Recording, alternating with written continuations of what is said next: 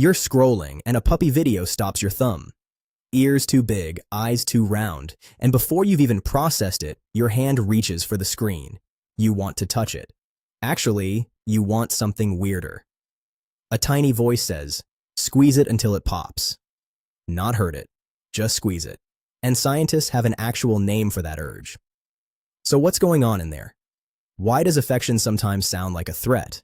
And why do you reach for your cat every time you walk past it? Here's what you probably assume is happening. You see something cute, you feel a rush of warmth, and your hand moves because that's what affection looks like. Simple, wholesome, nothing to overthink. Except, that's not the whole picture. Because if warmth were the entire story, the urge to squeeze a puppy's face would feel exactly like the urge to hug your grandmother. It doesn't. There's an edge to it. A little spike of something that, said out loud, sounds vaguely deranged. "I want to bite its face off" does not belong in the same emotional category as awe. And there's a reason for that gap. In 2015, a team of Yale researchers, led by psychologist Oriana Aragon, gave this exact feeling a name: cute aggression. Roughly, the urge to squeeze, crush, or nibble something adorable, with zero actual intention of harming it. Here's a number worth pausing on. Somewhere around half to 60% of people experience this. Not a small, strange minority, more than half the room. So no, wanting to crush the world's fluffiest hamster doesn't make you a secret monster. It just means your brain does something very specific the moment cuteness gets too much. Too much. Hold on to that phrase. Because here's the thing nobody tells you. Somewhere in your brain, there's a circuit that has nothing, and I mean nothing, to do with tenderness. And it's the one actually behind that "I want to squeeze it" feeling. But before I tell you what that circuit is, we have to back up. The story doesn't start with cute aggression.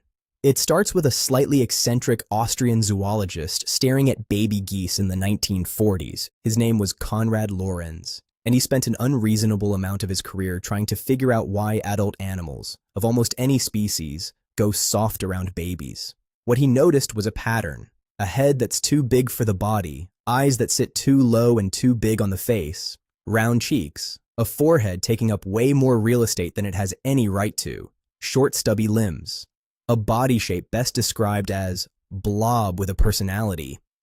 Lorenz called this combination the baby schema, kitten schema in German, and he proposed something bold. These features work like a switch. Flip it, and adult brains, across species, respond with an automatic pull toward gentleness, protection, and getting closer. Think of it less like an emotion and more like a universal remote control labeled, "Be careful with this."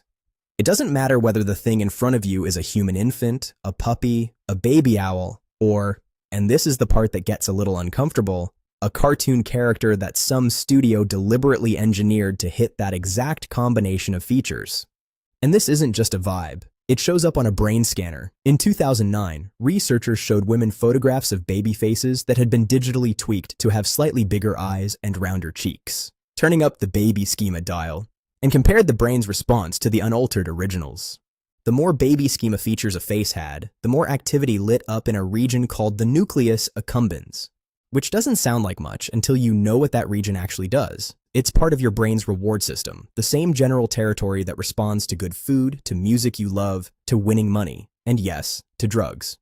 So sit with that for a second. A slightly rounder face, slightly bigger eyes, and your brain's reward circuitry, the exact hardware that fires when you get a payout, lights up like a slot machine. You'd like to think your soft spot for fluffy things is some kind of elevated, generous emotion. It's not. Or, okay, it's not only that. Underneath the warmth, there's a reward circuit firing the same way it does when you win. And this is where cute aggression finally makes sense.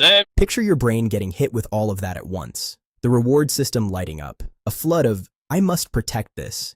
And a face so saturated with baby schema features that it's basically yelling at you. That's an enormous emotional spike, all at once, for something that is, let's be honest, a hamster.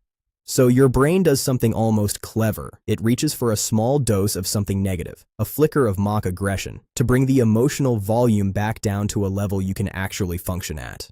It's not really about the hamster at all. It's a pressure valve. The urge to crush it isn't your dark side leaking out. It's your brain hitting the brakes on its own happiness. If the aggression in cute aggression isn't really aggression, what does that tell you about every other instinct you've never bothered to question? Let's go one layer deeper, because the baby schema switch doesn't just explain the squeeze, it also explains the other half of petting everything, the part where you reach out and actually touch. Here's the thing about touch. It's not just emotional, it's chemical, and the chemistry kicks in almost immediately. When you stroke a dog, or a cat, or honestly anything with fur that tolerates you, your body releases oxytocin, often nicknamed the bonding hormone, and at the same time, levels of cortisol, your primary stress hormone, start to drop. Heart rate slows, blood pressure eases down. And the strange part is, the dog's body is doing something similar. Its oxytocin rises too. Two separate nervous systems, briefly synchronizing, over a few minutes of someone scratching behind some ears. Probably the cleanest way to think about it. Petting an animal is roughly like plugging two devices into the same charger. Both batteries go up a little. Neither one really has to do anything. Here's where it gets stranger though, because this whole oxytocin and touch system long predates dogs, long predates pets, long predates anything resembling ownership. It's the same circuitry that bonds a parent to a newborn, that bonds mates to each other, that calms a stressed out mammal of basically any species when something safe and familiar is nearby.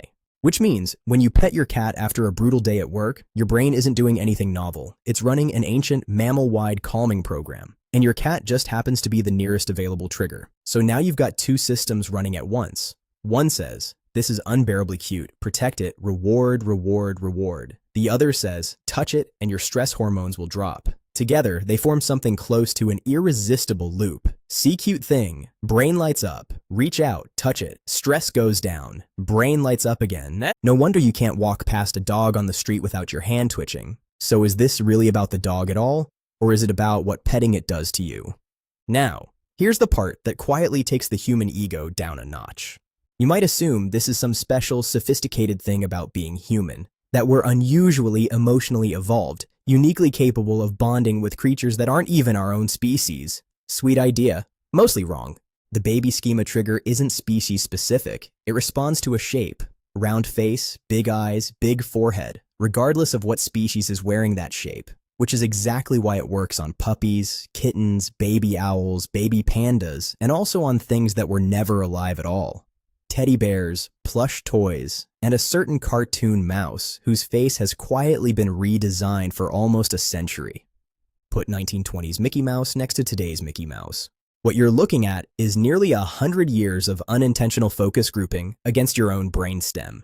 Bigger head, bigger eyes, shorter limbs, rounder everything. Less mouse, more baby.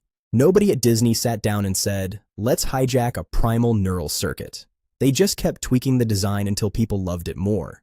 Decade after decade, until it landed, almost by accident, on exactly the shape your brain can't say no to. And dogs and cats? Same story, just slower, and with teeth instead of pencils. Over thousands of years, the animals that stuck around humans and got fed tended to be the ones that looked and acted a little more like permanent babies. Bigger eyes, floppier ears, softer faces, more food, more protection, more chances to reproduce. That's not a preference. That's natural selection, running on cuteness. So the next time your dog gives you that face, ask yourself whose instincts exactly got bred for here. Yours or theirs? But here's a wrinkle the baby schema story can't quite explain on its own. Baby schema is about shape, round face, big eyes, that whole infantile package. There's a separate itch though, and it doesn't care about shape at all. It's the reason national parks have to put up signs that are, frankly, insulting to adult intelligence. Do not approach the bears. And yet, every single year, someone walks toward a grizzly. Not away from it, toward it. Phone out, already filming, ignoring rangers, ignoring other visitors yelling from inside their cars. Park staff actually have a nickname for these people. Turons. Half tourist, half moron. A grizzly bear does not have a baby's face. None of the proportions that are supposed to flip your be gentle switch. No oversized eyes, no soft round cheeks, nothing remotely infant-shaped. And people still feel the pull to get closer, to touch that fur. So if baby schema isn't doing this, what is? Turns out your skin has its own separate system for exactly this. Buried in your nerve endings, especially on hairy skin like your forearms, there's a class of nerve fiber that responds almost exclusively to slow, gentle stroking. Not pressure, not pain, just that specific, soft, dragging kind of touch. And when those fibers fire, the signal goes straight to a part of your brain tied to emotion, not just sensation. Basically, it's a second app running quietly in the background of your nervous system. It never checks what the baby schema app decided. It never checks whether the thing in front of you is dangerous. It definitely never checks your itinerary for the day.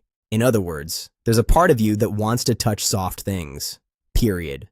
It doesn't care whether the thing in question is small and helpless, or a 400-pound animal perfectly capable of removing your arm. You'd think the same circuit that makes you want to protect a kitten would also be the thing stopping you from walking toward a bear. It isn't. Those are two different systems, and only one of them has any interest in your survival. Most days, that gap doesn't matter. The soft thing in front of you is a couch cushion, or a cat, or a friend's dog. But every so often, that gap is the only thing standing between you and a park ranger writing an incident report with your name on it. So here's where this stops being a cute fact about hamsters, or a funny fact about bears, and becomes something else. That overwhelming urge to protect, to gently squeeze, to reach for something soft, none of it is a personality quirk. It's some of the oldest wiring you have, running whether or not it's a good idea, whether or not the thing in front of you is a kitten or something that could kill you in 4 seconds. And maybe that should change how you think about it when you feel nothing at all. Because the flip side of round face, big eyes, soft fur equals protect this is uglier. Anything that doesn't trigger that response, anything too different, too unfamiliar, too far from that template, doesn't get the automatic pass. No oxytocin, no instinctive softening, just nothing. The same circuitry that makes you melt for a kitten is by default silent for a spider, a snake, a stranger who doesn't look like anyone you've ever loved. That gap between what automatically earns your tenderness and what has to earn it the hard way isn't a footnote. It's the whole point. You don't get to feel proud of loving cute things.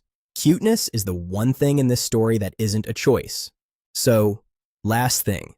Right now, wherever you're watching this, there's a decent chance something soft is within arm's reach. A pet curled up nearby, a stuffed animal on a shelf you haven't looked at in years, or just your phone, one swipe away from another video of something with eyes too big for its face. In a minute or two, you're probably going to reach for one of them. That's not boredom, and it's not a coincidence. It's a few 100,000 years of evolutionary programming, quietly running in the background, the same as it's always done. And right now, it's choosing you.